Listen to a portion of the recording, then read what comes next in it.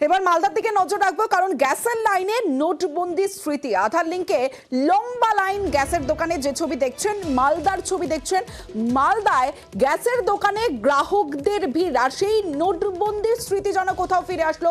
লাইনে হয়রানি, দীর্ঘক্ষণ তারা দাঁড়িয়ে আছেন।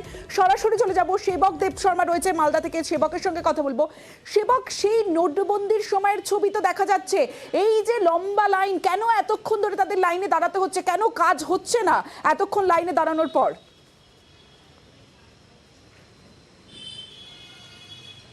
একদমই, দেখো, গ্যাসের দোকানে 31শে ডিসেম্বরের মধ্যে যারা গ্যাসের উপভোক্তা আছে তাদের বায়োমেট্রিক নথিভুক্ত করার কাজ চলছে। আর এজন্যই প্রচুর মানুষ প্রতিদিনই সাত সকাল থেকে ভিড় করছেন। একটি দুটি না, মালদহের সমস্ত গ্যাসের দোকানে গত কয়েকদিন ধরে আমরা এই ছবি প্রত্যক্ষ করছি, যেখানে শয়ে শয়ে লোক ঘন্টার পর ঘন্টা লাইনে, কেউ বলছেন 4 ঘন্টা, কেউ বলছেন 5 ঘন্টা ধরে লাইনে দাঁড়াচ্ছেন। সকাল 10টায় দোকান খোলার আগে সকাল 6টা থেকে লাইন পড়ছে, রাত পর্যন্ত এইভাবেই লাইন চলছে। কারণ অনেক ক্ষেত্রে শোনা যাচ্ছে আবার লিঙ্ক ফেলিওর হয়ে যাচ্ছে, ফলে মাঝপথে কাজ বন্ধ হয়ে থাকছে। মূলত যারা গ্যাসের ভর্তুকি পান তাদের আধার এবং তাদের বায়োমেট্রিক এগুলি নথিভুক্ত করার কাজ চলছে। অনেকেই আতঙ্কিত ভাবছেন যে 31শে ডিসেম্বরের মধ্যে এই কাজ না শেষ করে ফেললে বোধহয় গ্যাস বন্ধ হয়ে যাবে। গ্যাসের এজেন্সির কর্মীরা তারা কিন্তু বলছেন গ্যাস সরবরাহ বন্ধ হয়ে যাবে এমন কোনো আশঙ্কা নেই। তবে হ্যাঁ, 31শে ডিসেম্বরের মধ্যে এই ধরনের একটি বায়োমেট্রিক নথিভুক্তকরণের নির্দেশিকা রয়েছে। আর প্রতিদিনই মালদহের প্রতিটি দোকানে গড়ে 500-600 করে লোকজন লাইন দিচ্ছেন, যারা নাম এবং তথ্য নথিভুক্ত করছেন। গত মাসের শেষ সময় থেকে এটা শুরু হয়েছে।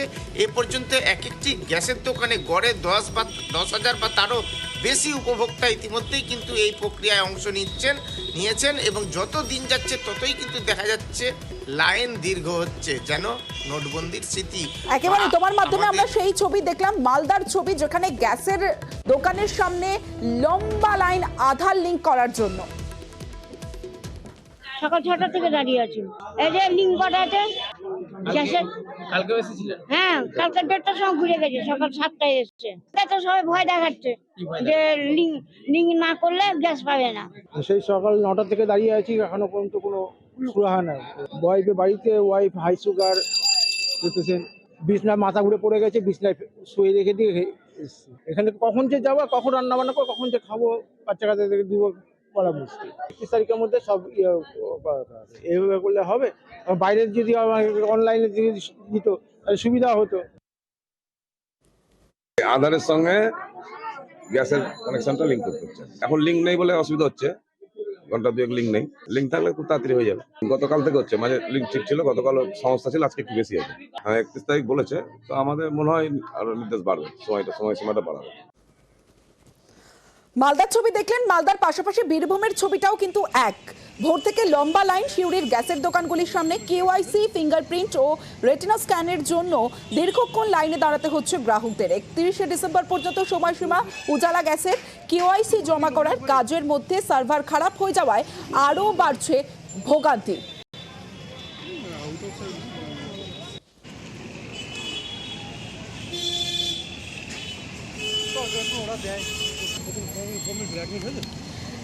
বিজন বিহারী বিশ্বাস, সহ সভাপতি এলপিজি সর্বভারতীয় ডিস্ট্রিবিউশন ফেডারেশনে, তিনি বলছেন এখনই আতঙ্কিত হওয়ার নেই, আধার লিঙ্ক না হলে গ্যাসের লাইন বন্ধ হবে না।